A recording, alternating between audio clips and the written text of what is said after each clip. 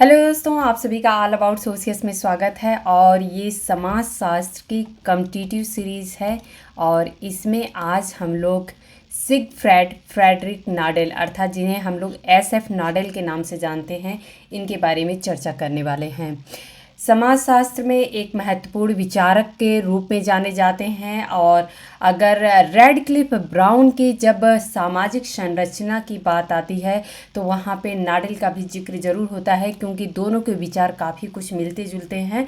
तो आज हम लोग एसएफ नाडेल के बारे में डिटेल में समझने वाले हैं। इन्होंने सोशियोलॉजी में क्या अपना कंट्रीब्यूशन दिया है, योगदान दिया है, उसको हम लोग समझेंगे। इनकी महत्वपूर्ण पुस्तकें कौन हैं वो हम लोग समझेंगे।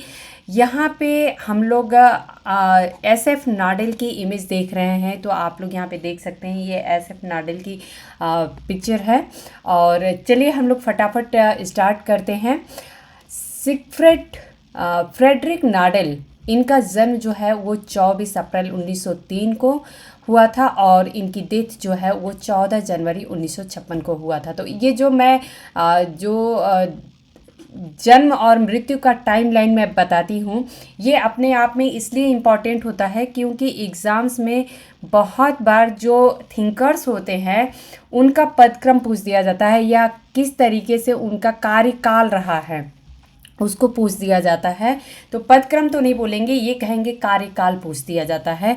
तो जब हमें ये पता रहता है कि हाँ ये थिंकर का टाइमलाइन जो है या जीवन काल जो है वो ये रहा है, तो हम क्लियर कर लेंगे कि ये जैसे रेडक्लिफ के पहले के हैं या बाद के हैं। तो इस तरीके से हमें समझने में आसानी हो जाती है।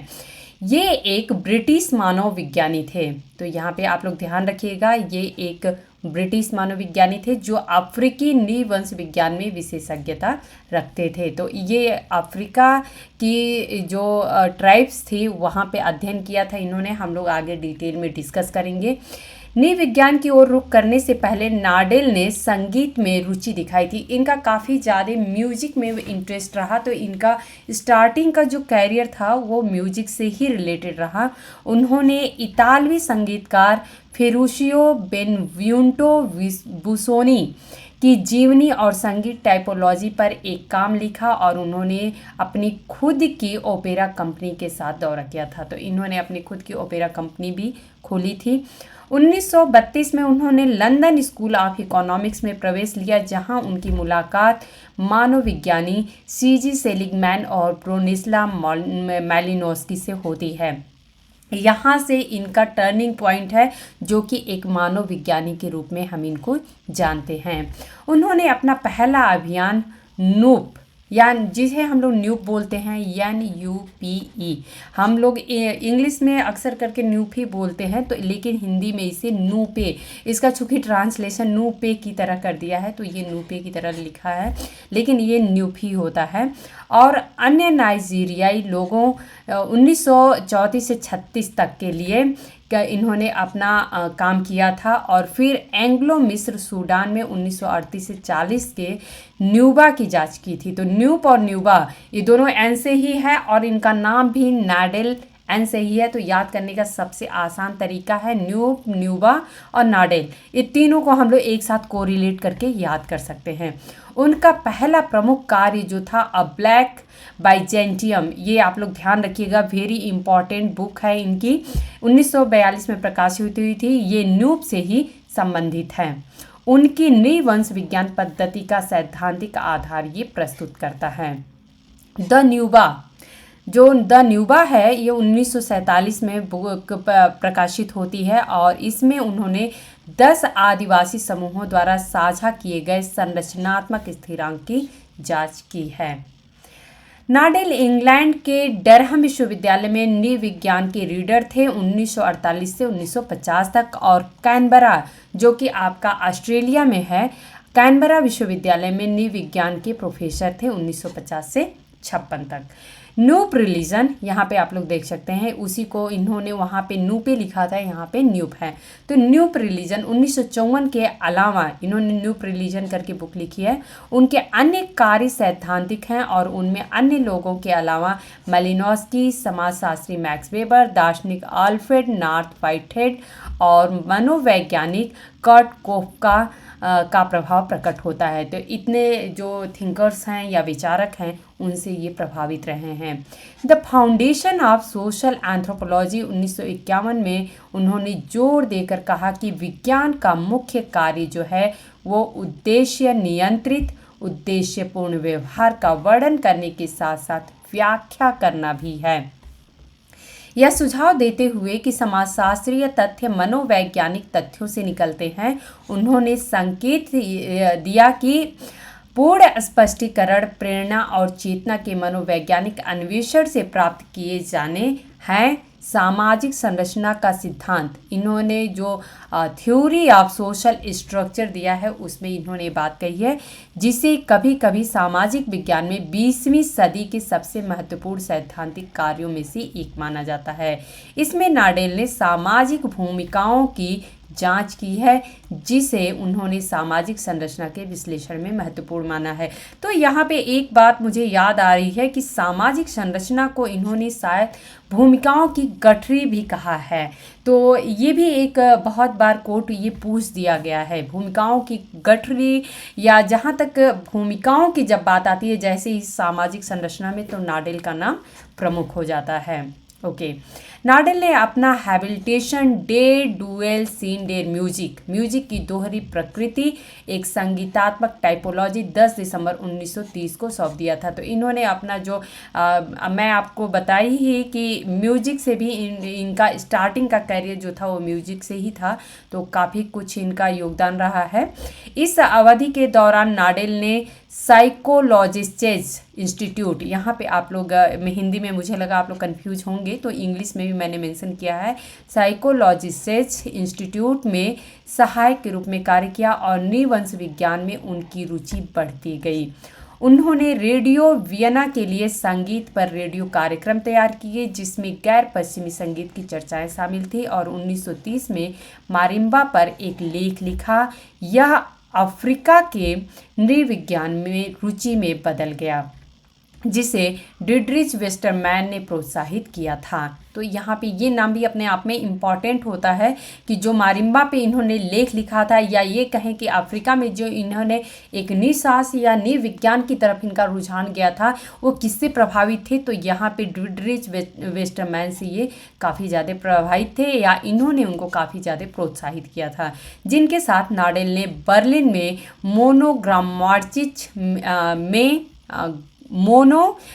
मार्ची में आदिम लोगों के संगीत शास्त्र और बर्लिन विश्वविद्यालय में अफ्रीकी भाषाओं का अध्ययन इनके साथ इन्होंने किया था। 1932 में नाडेल को फेलोशिप से सम्मानित किया गया, जिससे उन्हें मानव शास्त्रीय अफ्रीकी फील्ड रिसर्च में पोस्ट ग्रेजुएट ट्रेनिंग की अनुमति मिली। नाडेल ने लंदन स्कूल ऑफ इकोनॉमिक्स में अध्ययन किया, जिसकी देखरेख ब्रोनिस्ला मोलिनॉस्की और सीजी सेलिगमैन करते थे। तो यहाँ पे ये दो जो एक महान थिंकर कहेंगे, उनके संगत में ये आते हैं, और नाडेल 3 छात्रों में से एक थे।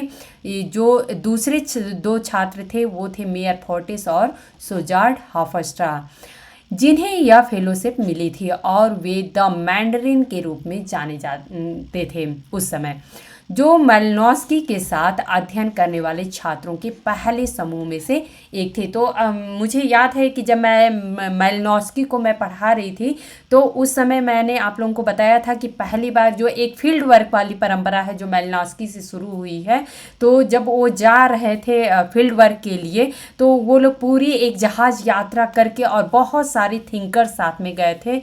तो उसमें आप लोग यहाँ पे देख सकते हैं नाडेल भी पहले ग्रुप में थे। यहाँ पे अगले हम लोग इसमें लाइन में देखते हैं, एक घनिष्ठ रूप से बुना हुआ समूह उन सभी ने पश्चिम अफ्रीका का अध्ययन करने की योजना बनाई, और यहाँ तक कि इंग्लैंड से अफ्रीका तक एक ही जहाज़ में यात्रा की थी। नाडेल ने 1933 में आधुनिक नाइजीरिया के न्यूप लोगों के साथ नाइजीरिया में अपना फील्ड वर्क शुरू किया था। तो यहाँ पे नाडेल की जो यात्रा है वो आप लोग देख सकते हैं कि नाइजीरिया की जो न्यूप लोग रहते हैं, उन न्यूप लोगों पे इन्होंने अपना पहला फील्ड वर्क शुरू किया था। पीएचडी अर्जित करने के बाद नाडेल ब्रिटिश औपनिवेशिक प्रशासन में तेजी से शामिल हो गए। उन्होंने नाइजीरिया में फील्ड वर्क करना जारी रखा और ऑक्सफोर्ड विश्वविद्यालय में औपनिवेशिक प्रशासन पर समर स्कूल में व्याख्यान दिया। 1938 में वे एंग्लो मिस्र सूडान के सरकारी मानवविज्ञानी बन गए और न्यूबा के साथ फील्ड वर्क किया। उल उबैयत की में एक संक्षिप्त फील्ड ब्रेक के दौरान नाडेल ने black Byzantium on the noob, जो कि 1942 से पहले प्रकाशित नहीं हुआ था, और the Nuba an anthropological study of the hill tribes in Kordofan, जो कि 1947 से पहले प्रिंट नहीं हुआ था, ये बुक इन्होंने लिखी थी। तो यहाँ पे आप लोगों को दो बुक दिख रही है। ब्लैक बाइजेंटियम जो है वो न्यूब के ऊपर लिखा गया है और वहीं पे द न्यूबा है। यहाँ पे आप लोगों का एक इम्पॉर्टेंट पॉइंट ये आ जाता है कि कोर्डोफन का अध्ययन, अगर कोर्डोफन क्या है, ये एक प्लेस है, तो कोर्डोफन का अध्ययन किसने किया था? अगर इनडायरेक्टली कभी भी एग्जाम में जैसे क्वेश्चन कुछ इनडायरेक्टली पूछ दिए जाते हैं, तो ये आपके बुक में ही, जो बुक का नेम है उसी में की टर्म के रूप में ही दे दिया है। सिर्फ द न्यूबा हम समझेंगे तो ये तो पता है कि ये एसएफ नाडेल की बुक है, लेकिन अगर हम इस पूरे बुक को सही से समझ लें, an anthropological study of the hill tribe in Kordofan, तो कोर्डोफन का अध्ययन किसने किया था? ये यहाँ से निकल के आता है कि एसएफ नाडेल ने किया था। ओके, 1941 में जैसे ही द्वितीय विश्व युद्ध छिड़ा, नाडेल ने सूडान रक्षा बल में भर्ती हुए। उसी वर्ष बाद में ब्रिटिश सेना की पूर्वी अफ्रीकी कमान में स्थानांतरित हो गए। 1944 में वे इंग्लैंड लौट आए और न्यूबा और इरिट्रिया पर, यहाँ पे एक और आप लोगों को की टर्म मिला है, अकादमिक कार्य किया था। तो इन्होंने न्यूबा पर भी किया और इरिट्रिया पर भी इन्होंने अकादमिक कार्य अपना किया था, जिसमें इरिट्रिया पठार पर भूमि का पट्टा भी शामिल था। तो वो एक, ये पूरा एक पठार है, इस पे इरिट्रिया जो ट्राइब्स हैं उसका भी इन्होंने अध्ययन किया था।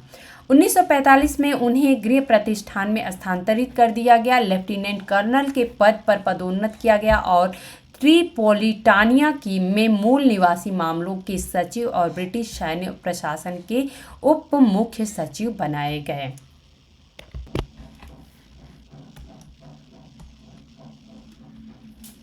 ओके, नाडेल ने 1946 में सरकारी सेवा छोड़ दी और जल्द ही ब्रिटिश नृविज्ञान के रैंक में ऊपर उठे। उन्होंने लंदन स्कूल ऑफ इकोनॉमिक्स में एक व्याख्याता के रूप में कार्य किया और फिर 1948 में डरहम विश्वविद्यालय में नृविज्ञान विभाग के प्रमुख बने। 1950 में उन्हें ऑस्ट्रेलियाई राष्ट्रीय विश्वविद्यालय अर्थात ANU में नृविज्ञान में उद्घाटन कुर्सी पर नियुक्त किया गया। रेमंड फर्थ का नाम आप सभी सुने हैं।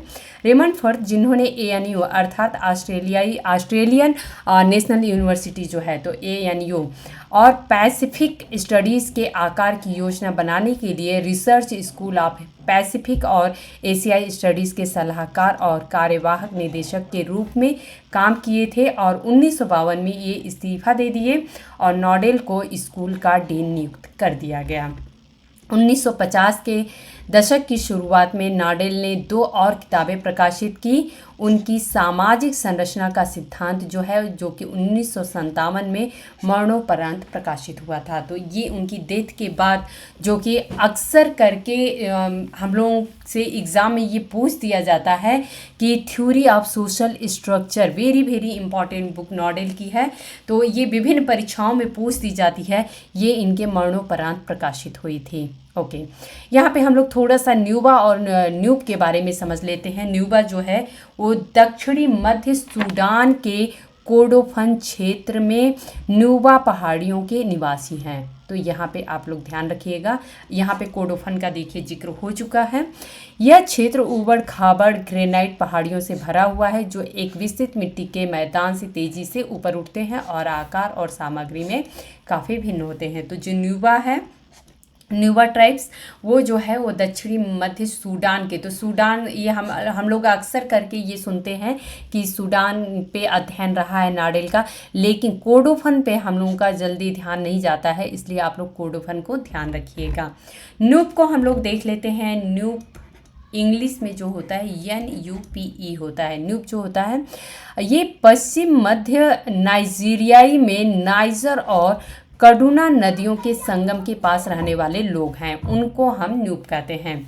वे नाइजर कांगो भाषा परिवार की बेनियो कांगो शाखा में नूपाइड समूह की एक भाषा बोलते हैं।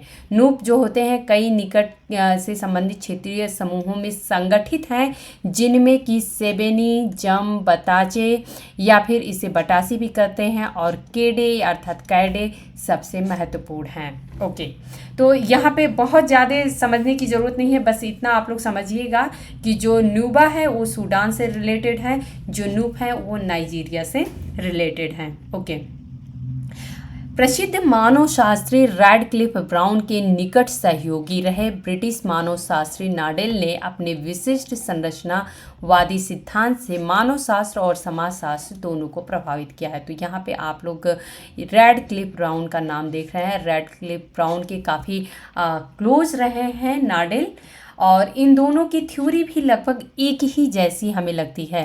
जहां रैडक्लिफ ब्राउन ने सामाजिक पदों की प्रणाली अथवा व्यक्तियों की व्यवस्था को, यहाँ पे आप लोग ध्यान दीजिएगा, व्यक्तियों के अरेंजमेंट ऑफ पर्सन या पीपल की बात करते हैं, इसको सामाजिक संरचना रैडक्लिफ ब्राउन ने कहा है। वहीं नाडेल ने किसी वस्तु या सत्ता के भागों की व्यवस्था को सामाजिक संरचना माना है।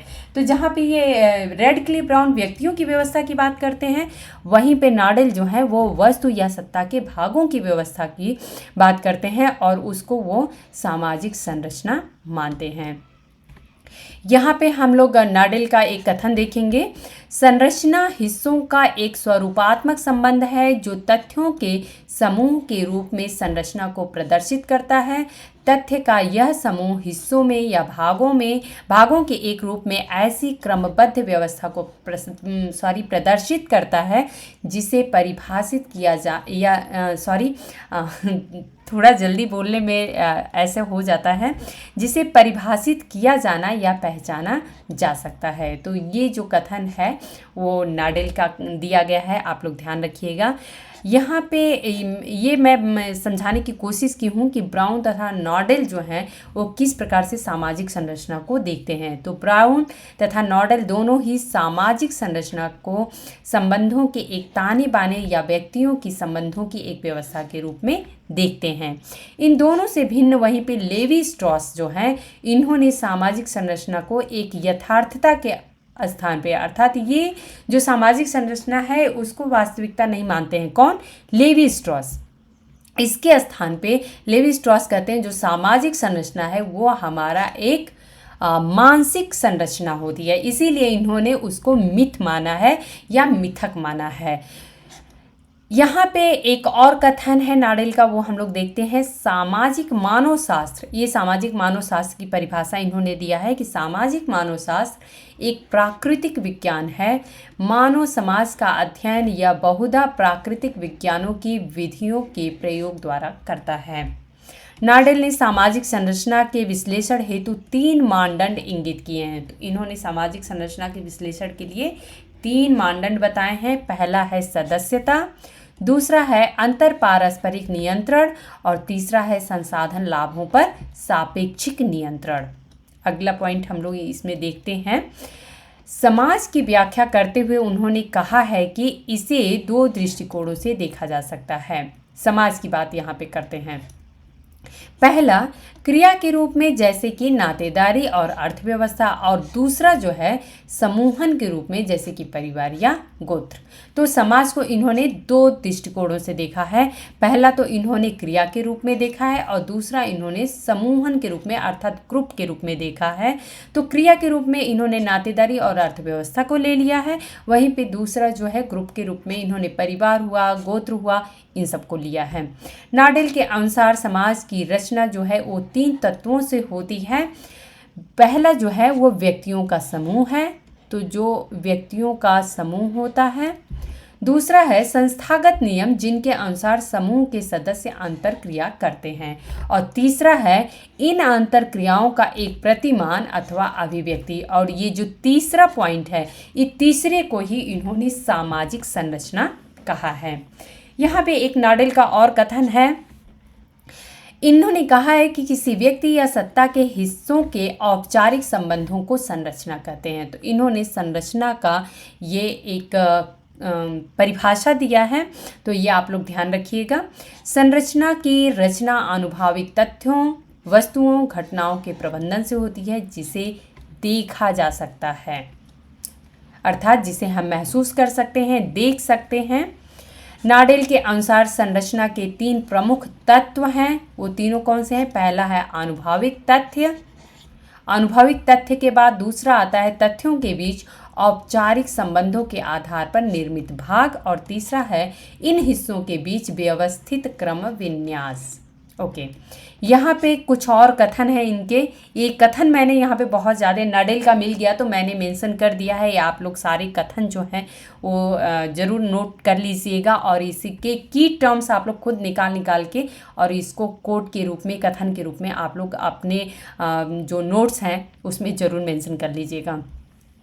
इन्होंने कहा है कि संरचना वस्तुओं, घटनाओं एवं घटनाक्रमों के ऐसे अनुभवपरक तथ्यों को प्रकट करती है जिनका निरीक्षण तथा विश्लेषण किया जा सकता है। अगला कथन इनका है कि संरचना किसी वस्तु के हिस्सों के नियमित व्यवस्था को इंगित करती है जो अपेक्षाकृत स्थिर होती है। इसको कट कर दीजिएगा आप लोग, जबकि हिस्से में परिवर्तन से होते हैं। ओके, अगला कथन है कि हमें मूर्त जनसंख्या अर्थात जो जन समुदाय होता है इसके व्यवहारों के अमूर्तीकरण द्वारा समाज की संरचना का आभास होता है। इस संरचना का निर्माण उन संबंधों के प्रतिमानों या ताने बाने अर्थात व्यवस्था से होता है जो कर्तागण एक कर्ता की हैसियत से दूसरे कर्ताओं के साथ अपनी अपनी भूमिकाओं के संपादन द्वारा करते हैं। तो यहाँ पे आप लोग देख सकते हैं कि भूमिकाओं की बात नाडेल कहते हैं। ओके, यहाँ पे एक और कथन है इनका। इन्होंने कहा है कि क्रिया के ऐसे अपेक्षाकृत तथा रूढ़िबद्ध निर्धारित तरीकों को सामाजिक व्यवहार कहते हैं जो एक ही समूह के भीतर तथा समूह और समूह के बीच एक लंबे समय तक होते रहते हैं।